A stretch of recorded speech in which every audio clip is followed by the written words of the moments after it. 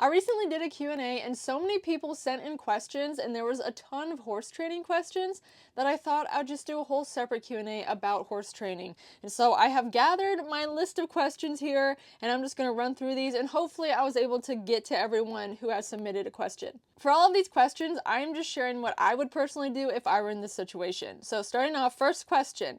My horse lunges perfectly fine, but when I go to get on, he acts like he doesn't know anything, and he'll just walk backwards, but he won't move forward at all.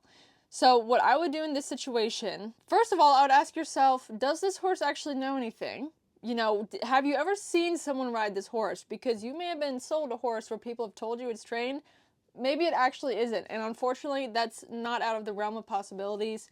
A lot of horse sellers are scam artists. But what I personally think about when I read this is I think about a horse that has maybe found a way out of work, and they have found that if they can just back up and act like they don't know what they're doing, maybe they can get out of the training session. Horses are smart creatures, and don't ever forget that. They are very, very smart, and they're also kind of lazy. Like, they don't want to necessarily work all the time. When I first started Ruach, the very first thing I started to do to get him moving is basically just turning him in small circles. So disengaging the hind end or a one rein stop, but then I'm also encouraging him to step his hind end around, and that is encouraging him to get that forward motion going to where then he'll want to walk out. And so that is where I would personally start. First of all, number one, if the horse doesn't know anything, that is like the safest way to start to get them to move. Second of all, if they do know something but they don't want to move, it's actually harder for them to move this way, but it's easier for you to move them this way. And so they'll quickly figure out, okay, this is too hard to do. If I just move forward like she wants me to, it'll be so much easier. That is where I would personally start with that. There were so many questions about building trust with the horse, or maybe horses that were scared of certain things. Like, there were a ton of questions about this, so I'm just going to answer this in one big question. For me, I have found the best way to get a horse to start trusting you, and the best way to get a scared horse over something, is with food. Food is a great motivator for any animal, and especially horses. And so if you are looking to build trust with your horse, the best thing you can do is just start feeding them on a regular basis. If you're at a boarding stable, oftentimes like the staff at the boarding stable will feed your horse, but I challenge you to be the one to do that, because then your horse will start recognizing you and they'll be like, oh, that's the person who feeds me. Let me come to the gate.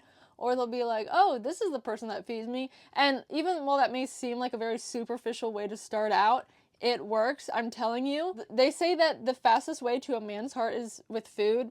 Same with horses. The fastest way to a horse's heart is with food, and it's a good starting spot. Thirdly, with scared horses, I have found that food just helps them get over that so quickly, and it kind of helps them change their perspective on the situation. I know people mentioned that they had a horse that was scared of like whips, and then another horse that was scared of fly spray. And so if you can add like positive reinforcement into that, so for example, if you squirt the horse with the fly spray, then immediately give them a treat so they know that they start correlating the fly spray with the treat. This question actually stems from the last one, but I thought there was more to it, so I wanted to address it a little bit more. But this person is asking, they're saying their horse hates the fly spray and they run around in circles anytime I try to put it on her. And they explain like they try to hold it close and squirt it like you're supposed to, but the horse just hates the fly spray. So personally, what I would do with this, if you can, use the positive reinforcement with the horse, I honestly think that would solve the problem probably in one session. But second of all, another aspect to this is you just need to act nonchalant about this, because the horse is picking up on you. And so we're told to, like, when we start horses with fly spray, you hold it really close to them. But the whole thing is you just built all this anticipation for the horse. Like, the horse sees you coming slowly with the bottle. They see you hold it right there. They're waiting to be squirted, and then you just squirt them, and they're going like this and everything. But in reality, your horse is going to mirror you. So you're also prepared for them to respond that way. If you really want your horse to get over it fast, just squirt, squirt, squirt, and then just walk away. And I bet you when you squirt like 1 or 2 times and then walk away, it's going to give that horse the immediate release. And I just think that would be another way to do it, which it would be easier for the horse to accept, and they'd also see that you're nonchalant about it, so maybe they could be too. Some people were asking, is it okay to sit on a 2-year-old to start getting them used to it and to do something new? For me personally, I would say 100% yes. Not everyone may agree on this, but I think starting to tack up and even sit on a 2-year-old horse is fine. I really started doing that with Ruach when he was about 2.5. And the thing is that people forget is like all things in moderation. Like you should not be riding a 2-year-old out on like a 6-hour trail ride, but just sitting on them and getting them used to the weight on their back or the movement in the saddle, that is so good for them. So when you actually do go to start them and be more consistent with the work, they'll be much more accepting of it. It's proven that if you can introduce something to a horse early on, the horse will be much more willing and accepting of it compared to if you introduced it to them like down the line. And so I would do that if I were you. I do it. The furthest I go is just, like maybe walking 5 minutes.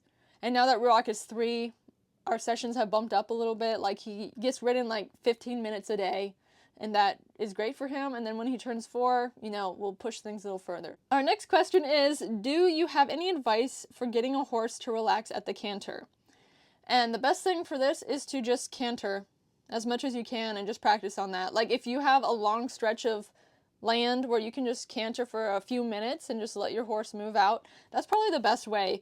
I'll say like Tucker was kind of nervous at the canter, and that's how he kind of got over that. Or if a horse is really unbalanced, just letting them find their rhythm in the gait is really helpful to them. It all depends on what you're doing, but what I've personally found is if a horse is really unbalanced at the canter or they just don't feel comfortable, I just get up in my 2 points or I'm off their back and they can move a bit more freely, and then I just let them do long cantering, and that will usually, number one, build their muscle, but also build their balance and their comfortability within the gait. Okay, this next person asks how to deal with separation anxiety. This is a great question that a lot of horses deal with. Even my horses, that I was very proud of myself because for a long time, neither of my horses were buddy sour. I could take one off the property and the other one would be fine. But since we've been on this trip and they've been together all the time, I've noticed that there's a little bit more separation anxiety going on between them. So I do need to work on that. But what I will say is I found a few different things that work. Number one is I find there's always one horse usually that's a bit more buddy sour than the other one.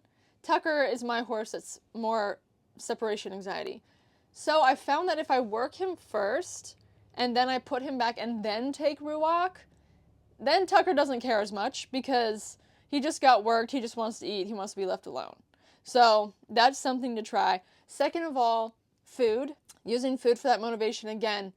Every day you feed your horse, I would take one of your horses out so that they're further away from each other and you feed them at the same time. And you're going to gradually separate the distance more and more. You may have to, first of all, start out to where they can see each other and then you gradually move away. Number one, it will get one horse used to going out and leaving while the other stays behind. So whichever horse may have a harder time coming out of the field and leaving, and then you may have one that has a harder time staying in the field, I would make sure to do that with those two. This person is asking, how do you get a horse back into work after 5 years as a brood mare? So there's a few things to note here. Number one is brood mares have had a lot of changes in their body. They're not the horse they once were. You are definitely going to want to work on muscle building and stamina and basically physical conditioning. You don't want to just jump into work and start putting them into hard work, but that physical conditioning is really important. So I would start there. And of course you want to start with shorter sessions and then gradually work up the time because they need time to build stamina and endurance for whatever you're wanting to do. So physical conditioning is a big deal for brood mares. I'll also throw in there, I do think massage or chiropractic work is great for brood mares just because their body experiences so many changes through pregnancy and gestation and giving birth and all of that.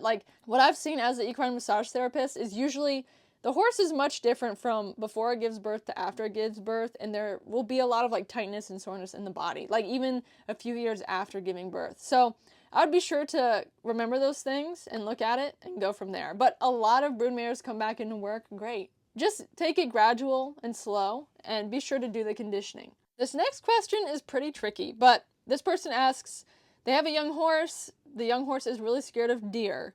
They saw one out on a trail ride and the horse was deathly afraid of the deer. And they're asking what can they do to get her more comfortable and accepting. So this is a more difficult situation because it's not like you can just go out and find a deer to work with, you know? For me personally, I would say the best thing you can do is just trail ride a lot. My question is, was the horse like startled and they just froze in place and planted their feet? Because to me, that's actually not that bad. It's one thing if they did that compared to if they bolted the other way and they wanted to get out of there. But if your horse is just startled by it, that's great.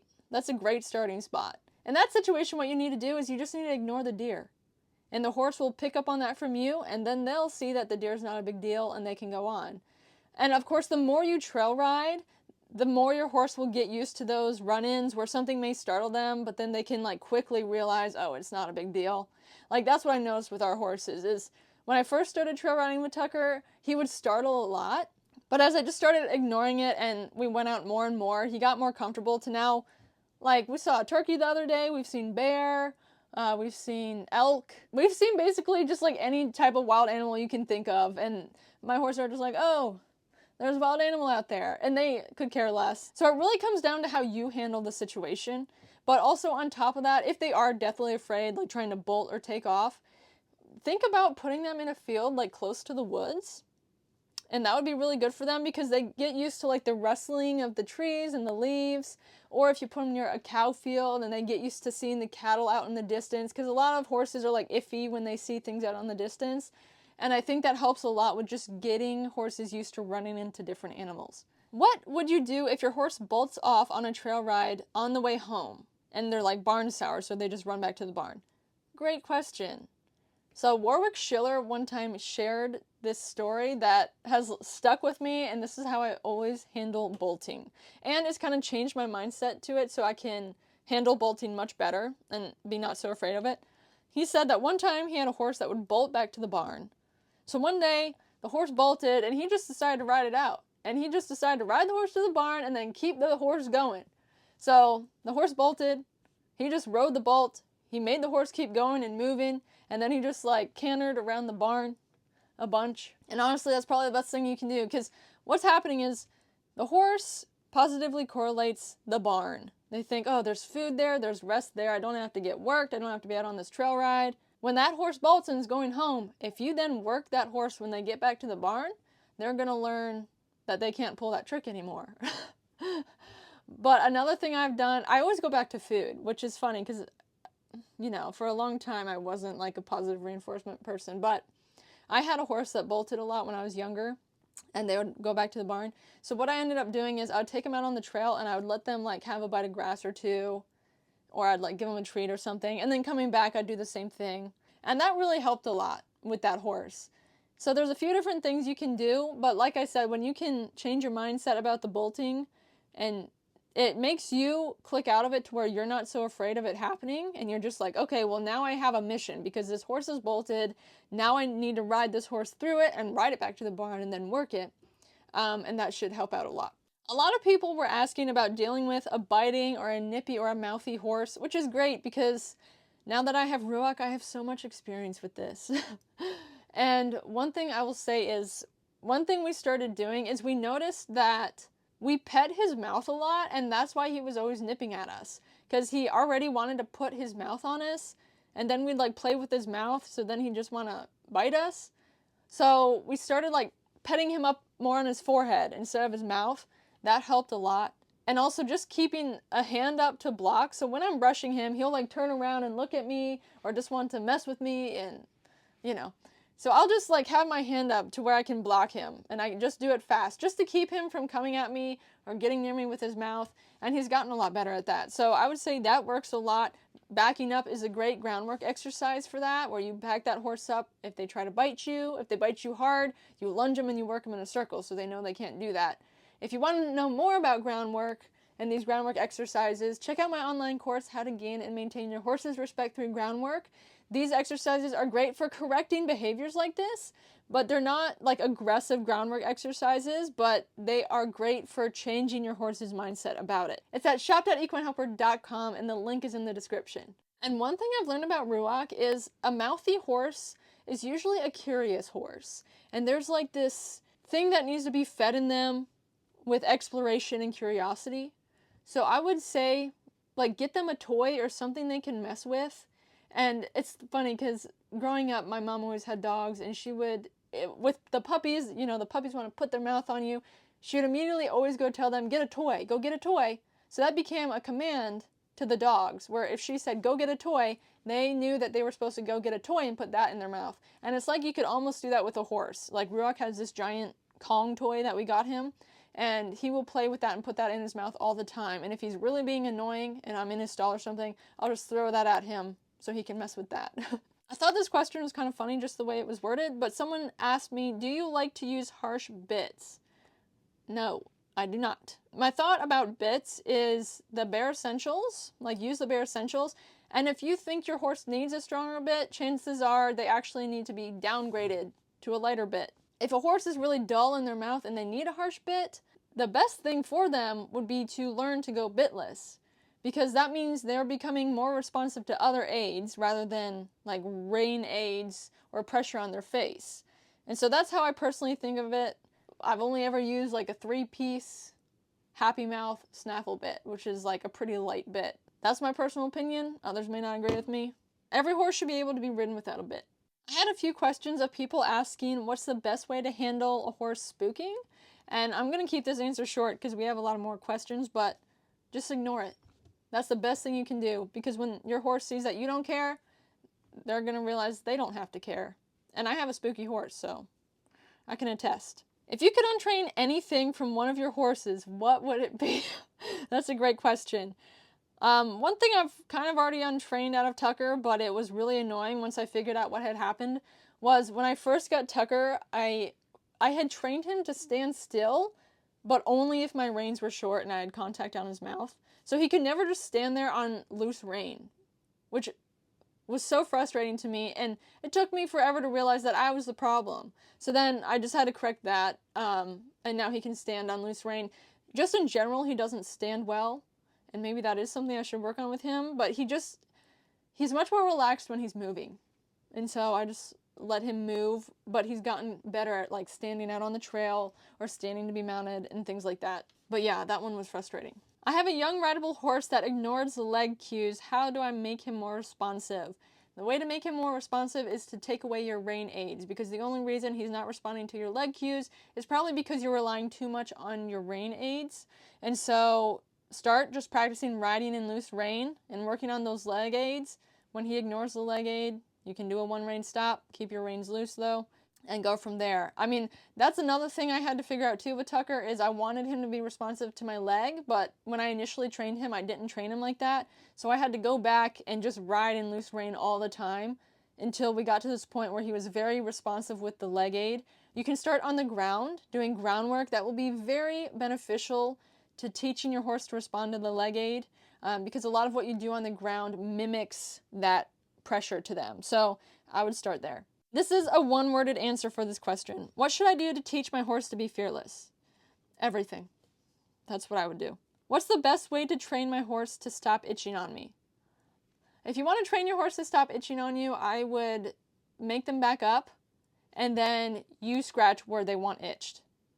And that's what I do with my horses, because I don't want them rubbing on me, but I want them to scratch their itch, you know? So once they back up and get out of my space, then I will scratch them.